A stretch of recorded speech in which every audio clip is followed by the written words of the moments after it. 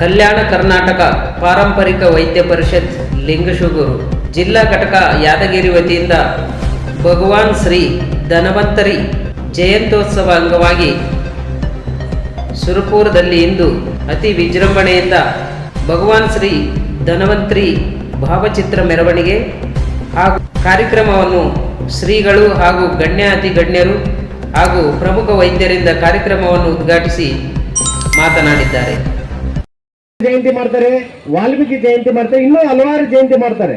ಅದೇ ತರನೇ ಇದನ್ನು ಕೂಡ ಸರ್ಕಾರದ ಮರ್ಯಾದೆಯೊಂದಿಗೆ ಸರ್ಕಾರದ ಒಂದು ಖರ್ಚು ವೆಚ್ಚದಲ್ಲೇ ಕೂಡ ದೊಡ್ಡ ಪ್ರಮಾಣದಲ್ಲಿ ಇದು ತಾಲೂಕು ಲೆವೆಲ್ ಇದು ಕೂಡ ಒಂದು ಜಯಂತಿ ರೂಪದಲ್ಲಿ ಮೆರವಣಿಗೆ ರೂಪದಲ್ಲಿ ಇದು ಆಚರಣೆಗೆ ಬರಬೇಕು ಅಂತ ಆ ಸರ್ಕಾರಕ್ಕೆ ಒತ್ತಾಯ ಮಾಡ್ತೇವೆ ನಾವು. ಕಾರಣ ಇಷ್ಟೇ, ನಮ್ಮ ವೈದ್ಯ ಪದ್ಧತಿ ಪಾರಂಪರಿಕ ವೈದ್ಯ ಪದ್ಧತಿ ನಮ್ಮ DHOಗಳು ನಮ್ಮ ಆಯುಷ್ ಅಧಿಕಾರಿಗಳು ಹೇಳಿದರು, ಇದು ಪುರಾತನವಾದ ಒಂದು ವೈದ್ಯ ಪದ್ಧತಿ, ಇದು ಉಳಿಬೇಕು, ಬೆಳಿಬೇಕು, ಸರ್ಕಾರ ಇದಕ್ಕೆ ಮಾನ್ಯತೆ ಕೊಡಬೇಕು ಅಂತ ತಾವು ಹೇಳಿದರು. ಅದೇ ಕಾರಣ ನಮ್ಮ ಪ್ರಯತ್ನ ನಿರಂತರವಾಗಿ ಇರೋದ್ರಿಂದ ಇವತ್ತಲ್ಲ ನಾಳೆ ನಮ್ಮ ವೈದ್ಯರಿಗೆ ಮಾನ್ಯತೆ ಸಿಕ್ಕೇ ಸಿಗುತ್ತೆ. ಅದಕ್ಕೆ ನಾವು ಪಟ್ಟು ಹಿಡಿದಿದ್ದೀವಿ. ಈ ಸಲದ ಅಧಿವೇಶನದಲ್ಲಿ ಅತಿ ಹೆಚ್ಚು ಸಂಖ್ಯೆಯಲ್ಲಿ ಸೇರಿ ಆ ಅಧಿವೇಶನದಲ್ಲಿ ನಾವು ಹೋರಾಟ ಮಾಡ್ತೀವಿ. ಇದೇ ತರನ ಎಲ್ಲ ವೈದ್ಯರುಗಳು ಇವತ್ತು ಇನ್ನೂ ಕೂಡ ಸಾಕಷ್ಟು ವೈದ್ಯರು ಬರಬೇಕು. ಬೆಳಗ್ಗೆ ಮಳೆ ಬಂದ ಕಾರಣ ಬರಕ್ಕೆ ಆಗಿಲ್ಲ ಕೆಲವು ವೈದ್ಯರುಗಳಿಗೆ. ಈಗ ಏನು ಈ ಒಂದು ಧನ್ವಂತರಿ ಜಯಂತಿಗೆ ಧನ್ವಂತರಿಯ ಹೋಮಕ್ಕೆ ಪರೋಕ್ಷವಾಗಿ ಮತ್ತು ಪ್ರತ್ಯಕ್ಷವಾಗಿ ಏನು ಸಹಾಯ ಸಹಕಾರ ಮಾಡಿದಿರಿ, ಎಲ್ಲರಿಗೂ ಕೂಡ ಆ ಭಗವಾನ್ ಧನ್ವಂತರಿಯ ಕೃಪೆಗೆ ಪಾತ್ರರಾಗಿದ್ದೀರಿ. ಎಲ್ಲರಿಗೂ ಆ ಧನ್ವಂತರಿ ಆರೋಗ್ಯ ಐಶ್ವರ್ಯ ಕೊಟ್ಟು ಕಾಪಾಡಲಿ ಅಂತ ಹೇಳ್ತಾ, ಈಗ ನನಗೆ ಅವಕಾಶ ಕೊಟ್ಟಿರುವಂತ ಎಲ್ಲ ಗಣ್ಯಮಾನ್ಯರಿಗೂ ಗುರಿಯರಿಗೂ ನಾನು ನಮಸ್ಕರಿಸಿದ ನನ್ನ ಮಾತನ್ನು ಮುಗಿಸ್ತೇನೆ. ಜೈ ಹಿಂದ್, ಜೈ ಧನ್ವಂತರಿ. ಧನ್ಯವಾದಗಳು ಅಧ್ಯಕ್ಷರಿಗೆ. ಈಗ ಅವರು ಹಾವಿನ ಯಾರೇ ಹಾವು ಕಡೆ ಬರಲಿ ಅವ್ರನ್ನ ಇಮಿಡಿಯೇಟ್ ಆಗಿ ಅವ್ರನ್ನ ಗುಣಮುಖವಾಗಿ ಕಳಿಸ್ತಾರೆ. ಈಗಲೂ ಕರ್ನೂಲ್ ಹತ್ರ ಒಂದು ಅಚ್ಚಂಪೇಟೆ ಇಲ್ಲಿ ಗುಡಿ ಇದೆ, ನಮ್ಮ ತಂದೆಯವರ ರಾಜ ವಾಸ್ತುನಾಗ. ಅವರು ಬಹಳಷ್ಟು ಆ ಭಾಗದಲ್ಲಿ ಬಹಳಷ್ಟು ಜನ ಅವರನ್ನು ನಡ್ಕೊಂತಿದ್ದಾರೆ. ಅವ್ರು ಇಲ್ಲಿಯವರೇ, ಅಲ್ಲಿ ಹೋಗಿ ಆ ಭಕ್ತರು ಅಲ್ಲಿ ಜಾಸ್ತಿ ದೊಡ್ಡಕ್ಕೆ ಅಲ್ಲೇ ಇದಾಗಿದ್ರು. ಅದರ ತರುವಾಯ ನಮ್ಮ ಯಾಕಂತಂದ್ರೆ ಅವ್ರು ಬೀಗಿರಿದ್ರು ನಮ್ಗೆ ಭಾಳ ಹತ್ತಿರದ ಸಂಬಂಧಿಕರವರು, ನಮ್ಮ ಪಾಪಂಗೇಜ ಅವರು. ಹಾಗಾಗಿ ನಮ್ಮ ಅಪ್ಪನ ತಾತನವರು ತರುವಾಯ ರಾಜ ಚನ್ನಪ್ಪ ನಾಯ್ಕರು ಅದನ್ನು ಈ ಜನಸೇವೆ ಮಾಡೋದರಲ್ಲಿ ತೊಡಗಿಕೊಂಡು ಜನರ ಆಶೀರ್ವಾದ, ಜನರ ಪ್ರೀತಿ ಬೆಳೆಸ್ಕೊಂಡು ಅವ್ರಿಗೆ ಹೆಚ್ಚಿನ ಆಯುಷ್ಯ ಆರೋಗ್ಯ ಒಳ್ಳೆಯದನ್ನು ಆ ಭಗವಂತ ಕೊಡಲಿ ಅಂತೇಳಿ ನಾವೊಂದೆರಡು ಹಾಕ್ತೀವಿ. ಎಲ್ಲ ಸರ್ಕಾರದ ಮಿನಿಸ್ಟ್ರಿಗಳ ಮುಂದೆ ಹೋಗಿವಿ, ಎಲ್ಲ ಪ್ರಧಾನ ಕಾರ್ಯದರ್ಶಿಗಳ ಮುಂದೆ ಹೋಗಿವಿ. ಆದ್ರೆ ಒಂದು ದಿನನೂ ಕೂಡ ಅಥವಾ ಒಂದು ಆದೇಶನೂ ಕೂಡ ನಮ್ಮ ಪರವಾಗಿ ಇವತ್ತಿನವರೆಗೂ ಬಂದಿಲ್ಲ. ಮತ್ತೆ ಎಲ್ಲಿವರೆಗೆ ನಿಮಗೆ ಪ್ರಯತ್ನ ಮಾಡೋದಂತ ನಿಮಗೆ ನಿರುತ್ಸಾಹ ಬಂದಿರ್ತದೆ. ನನಗೆ ಗೊತ್ತಾಗ್ತದೆ. ಯಾಕಂದ್ರೆ ಒಂದಿನಲ್ಲ 2 ದಿನ ಇಲ್ಲ, 30 ವರ್ಷದ ಪ್ರಯತ್ನ ಇದೆ. ಎಲ್ಲೋ ಒಂದು ಸರ್ಕಾರದ ಆದೇಶ ನಮ್ಮ ಪರವಾಗಿ ಬಂದಿಲ್ಲ. ಮತ್ತೆ ಇವತ್ತಿಗೂ ನಮಗೆ ನಮ್ಮ ಅಣ್ಣ ತಮ್ಮ ಇಲಾಖೆಯಾಗಿರುವಂತ ನಮ್ಮನ್ನು ಕರ್ಕೊಂಡು ಹೋಗುವಂತ ಆಯುಷ್ ಇಲಾಖೆ ನಮ್ಮನ್ನು ಪರಿಗಣಿಸ್ತಿಲ್ಲ. ನಮ್ಮ ತಮ್ಮನೇ ನಮ್ಮನ್ನು ಇವತ್ತು ಒಪ್ಪುಗೊಳ್ತಿಲ್ಲ. ಅಂದ ಮೇಲೆ ಮತ್ತೆ ನಾವೆಂಗ್ ಮಾಡೋದು ಅನ್ನೋಂಥದ್ದು ಒಂದು ಚಿಂತೆ ನಮಗೆಲ್ಲರಿಗೂ ಇದ್ದೇ ಇರುತ್ತೆ. ಆದ್ರೆ ನಾವು ಸೋಲ್ಬಾರ್ದು.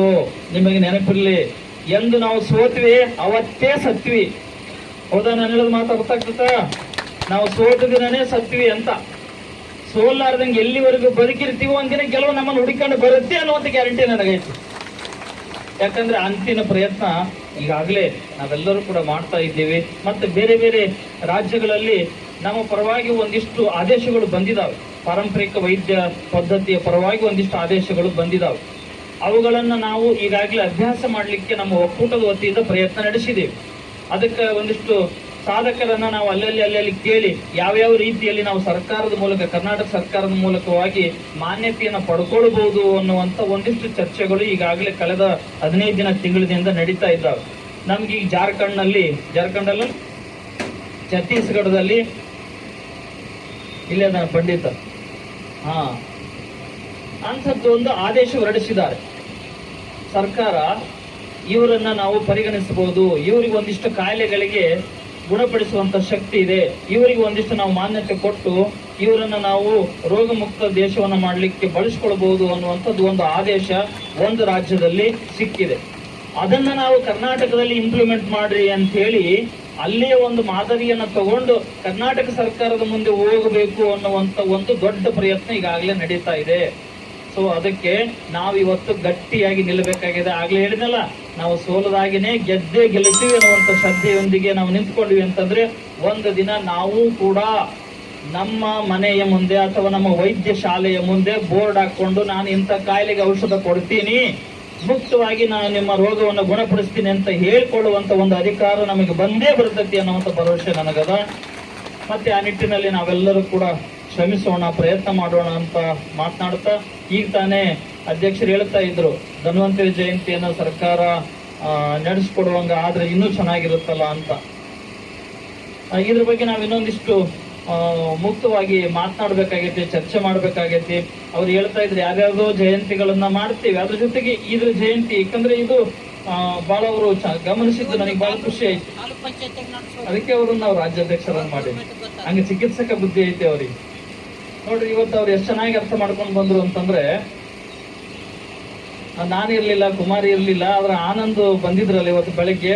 ಒಟ್ಟು ಒಂದು ಒಳ್ಳೆ ವಿಷಯವನ್ನ ತಗೊಂಡು ಬಂದಿದ್ದಾರೆ. ಏನು ಅಂತಂದ್ರೆ, ಧನ್ವಂತರಿ ಜಯಂತಿಯನ್ನ ಯಾವುದೋ ಒಂದು ಧರ್ಮ, ಒಂದು ಜಾತಿ, ಒಂದು ಪಂಥ ಅಲ್ಲ, ಸಮಸ್ತರೆಲ್ಲರೂ ಸೇರಿ ಧನ್ವಂತರಿ ಜಯಂತಿಯನ್ನ ನಾವು ಪೂಜೆ ಮಾಡಬಹುದು, ಧ್ಯಾನ ಮಾಡಬಹುದು, ಮೆರವಣಿಗೆ ಮಾಡಬಹುದು, ಅದನ್ನ ಹಬ್ಬದ ತರ ಆಚರಣೆ ಮಾಡಬಹುದು ಅಂತ ಅನ್ನೋದಕ್ಕೆ ಇವತ್ತು ನಮಗೊಂದು ಚಂದ ಉದಾಹರಣೆ ಸಿಕ್ತು ಅಂತ ಅವ್ರು ಹೇಳ್ತಾ ಇದ್ರು.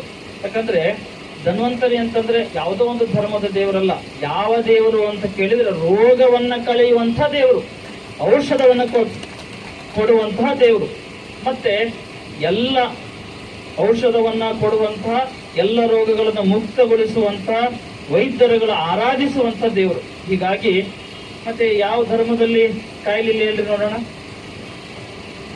ಎಲ್ಲಾ ಧರ್ಮದಲ್ಲೂ ಕಾಯಿಲೆ ಅದಾವ, ಹೌದೇನ್ರಿ? ಇಂಥ ಧರ್ಮದ ಕಾಯಿಲೆ ಇಲ್ಲ ಅಂತ ಇಲ್ಲ. ಯಾವ ದೇಶದಲ್ಲಿ ಕಾಯಿಲೆ ಇಲ್ಲ ಹೇಳ್ರಿ? ಯಾವ ದೇಶದಲ್ಲಿ ರೋಗಗಳಿಲ್ಲ?